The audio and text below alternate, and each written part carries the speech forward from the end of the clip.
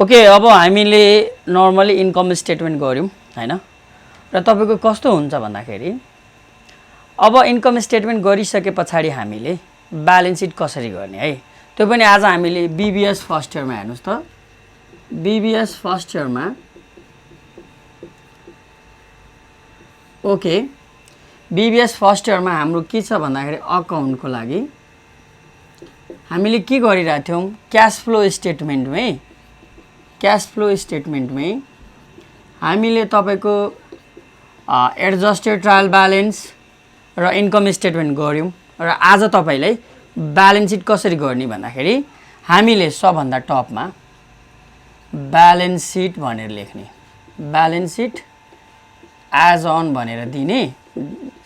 यसमा डेट दिने तपाईले भन्दाखेरि तपाईको के हुन्छ पार्टिकुलर्स अमाउन्ट पहिला के हुन्थ्यो भन्दाखेरि नि तपाईले लायबिलिटीज अमाउन्ट एसेट्स अमाउन्ट भनेर गर्नुहुन्थ्यो हैन अहिले चाहिँ के हुन्छ भन्दाखेरि तपाईको न्यू मोडलमा हामीले तपाईको पार्टिकुलर्स अमाउन्ट र अमाउन्ट भनेर गर्ने यो चाहिँ तपाईले गर्न सक्नुहुन्छ र अब हामीले चाहिँ के गर्छौं भन्दाखेरि तपाईको जुन यो हामीले क्वेशन गरे थियौं त्यसको लागि तपाईको के हुन्छ भन्दाखेरि क्वेशन हेरौं र यसमा चाहिँ तपाईको के दिएको छ भन्दाखेरि सबभन्दा सुरुमा तपाईले के गर्ने हेर्नुस् है सबभन्दा सुरुमा एसेट्स लेख्ने एसेट्स लेखिसके पछाडी तपाईको करेन्ट एसेट्स भनेर दिने भन्दाखेरि तपाईको क्वेशनमा जे करेन्ट एसेट्स छ तपाईले लेख्नु पर्ने हुन्छ है त भन्दाखेरि करेन्ट एसेट्सको लागि मैले हेर्नु त क्वेशनमा हेरे जसरी डेबिटरहरु भयो तपाईको प्रिपेडहरु केही छ भने प्रिपेड भयो क्याश भयो यो सबै के छ भन्दाखेरि तपाईको नर्मली करेन्ट एसेट्स छ भन्दाखेरि करेन्ट एसेट्सहरु जे छ हामी लेख्छौं भन्दाखेरि डेबिटर भयो तपाईको डेबिटर भइसके पछाडी यसमा प्रिपेड रेन्टहरु दिएको छ त्यो पनि करेन्ट एसेट्स हुन्छ त्यसपछि तपाईको क्याश दिइराछ क्याश एट बैंक र त्यसपछि तपाईको लास्टमा एडिशनलमा हेर्नुस् है क्लोजिङ स्टक भनेर दिएको छ भन्दाखेरि हाम्रो डेबिटर भनेको कति छ 20000 हेर्नुस् है 20000 दिएको छ प्रिपेड भनेको तपाईको क्वेशनमा 2000 दिएको छ तपाईले ध्यान दिनुस् है क्याश एट बैंक भनेर तपाईको 4,20,000 दिएको छ र क्लोजिङ स्टक भनेको सबैको लागि चाहिँ तपाईको 50,000 दिएको छ हेर्नुस् है यति गरेर तपाईले के गर्ने टोटल गर्नु होला है त अब टोटल गरेपछि हाम्रो के हुन्छ भन्दाखेरि ओके अब हामीले टोटल गर्छौं 20,000 प्लस 2,000 प्लस 4,20,000 हेर्नुस् है प्लस 50,000 भन्दाखेरि अब हामीले 4,92,000 लाई चाहिँ हामीले के गर्छौं तपाईको टोटल कलममा चाहिँ राख्छौं है त र यसलाई हामीले के भन्छौं टोटल करेन्ट एसेट्स भनेर भन्छौं हेर्नुस् है यति गर्ने तपाईको के बुझ्ने भन्दाखेरि हामीले ब्यालेन्स सिट गर्दाखेरि त्यो ओल्ड तपाईको मेथडहरु सबै बिर्सिनुस् है त यसको लागि के हुन्छ न्यू मेथडको लागि हामीले जस्ट फर्मेटलाई ध्यान दिने फर्मेटलाई ध्यान दिएपछि एसेट्समा एउटा करेन्ट हुन्छ त्यसपछि तपाईको के हुन्छ इन्भेस्टमेन्ट छ भने इन्भेस्टमेन्ट पनि हामीले राख्नुपर्ने हुन्छ हेर्नुस् है ओके इन्भेस्टमेन्ट्स त्यसपछि क्वेशनमा इन्भेस्टमेन्टहरु केही पनि छैन हेर्नुस् है सो हामीले राख्नु परेन अब हामीले के गर्छौं भन्दाखेरि फिक्स एसेट्सहरु राख्छौं यसकै तल फिक्स एसेट्सहरु हेर्नुस् त अब फिक्स एसेट्समा क्वेशनमा के दिइराछ भन्दाखेरि तपाईको हैन फिक्स एसेट्सै दिइराछ फिक्स एसेट्स जसमा चाहिँ हामीले के गर्छौं भन्दाखेरि डेप्रिसिएसन लेस गरेर राख्छौं है त भन्दाखेरि तपाईको के छ भन्दाखेरि फिक्स एसेट्स भनेको 2 लाख छ जसको 10% हेर्नुस् त क्वेशनमा तपाईको डेप्रिसिएसन चाहिँ दिएको छ भन्दाखेरि फिक्स एसेट्स भनेको कति भयो हाम्रो 1,80,000 चाहिँ आयो भन्दाखेरि अब हामीले के गर्छौं यति भइसके पछाडी तपाईको टोटल गर्दिनुस् टोटल गरिसकेपछि हाम्रो के आउँछ टोटल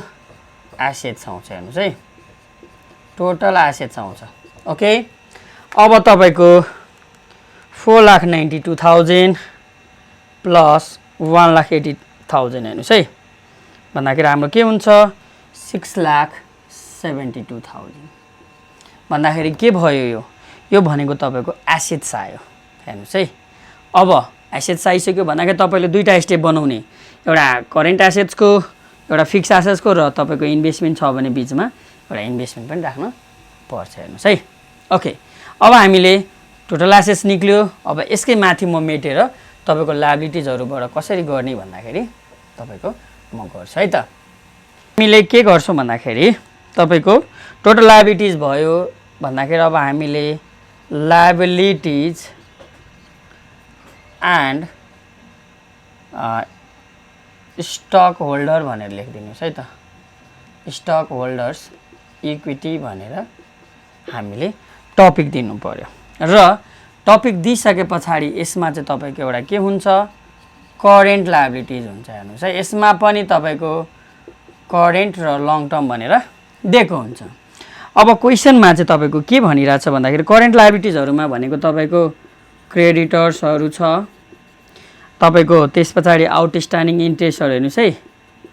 इन्ट्रेस्ट अन लोन यो भनेको एडिसनलमै दिएको छ भन्दाखेरि अब हामीले के गर्छौँ माथि तपाईँको अब आउटस्ट्यान्डिङ एक्सपेन्सेसहरू पेबलहरू केही छ भने तपाईँले त्यो पनि राख्नुपर्ने हुन्छ भन्दाखेरि क्रेडिटर्स भनेको तपाईँको माथि 50,000 दिएको छ र तपाईँले एक्स्ट्रा आउटस्ट्यान्डिङ भनेर 10,000 दिएको छ। सो हामीलाई कति आयो दुईवटा एड गर्दाखेरि चाहिँ हेर्नुहोस् है 60,000 चाहिँ आयो। अब हामीले के निकाल्यौँ यो भन्दाखेरि टोटल करेन्ट लायबिलिटिज हेर्नुहोस् है हामीले निकाल्यौँ। अब हामीलाई के चाहिन्छ भन्दाखेरि तपाईँको टोटल करेन्ट लायबिलिटिज निकालिसके पछाडि तपाईँको के हुन्छ भन्दाखेरि लङ टर्महरू जति छ सेयर होल्डर जति छ तपाईँले डाइरेक्ट राखिदिनुहोस् है त। भन्दाखेरि हामीसँग लङ टर्म डेप्टहरू दिएको छ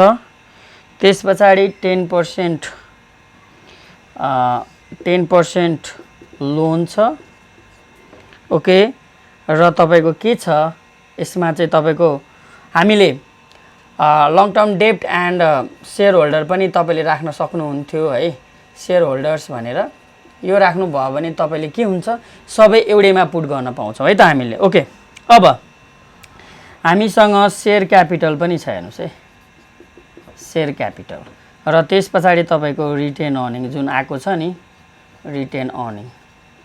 हेर्नुहोस् है यो भनेको नेट इन्कम अघि आएको थियो इन्कम स्टेटमेन्टमा त्यो चाहिँ हामीले यहाँ राख्नुपर्ने हुन्छ। ओके भन्दाखेरि तपाईँको क्वेसनमा चाहिँ 10% लोन भनेर तपाईँको 2 लाख दिएको छ हेर्नुहोस् है मैले 2 लाख दिएँ र सेयर क्यापिटल भनेको तपाईँको क्वेसनमा चाहिँ 4 लाख दिएको छ र हामीले इन्कम स्टेटमेन्टबाट तपाईँले हेर्नुहोस् त इन्कम स्टेटमेन्टमा भर्खरै हामीले 12,000 चाहिँ नेट इन्कम प्लसमा निकालेका छौँ। सो हामीले के गर्ने सबैलाई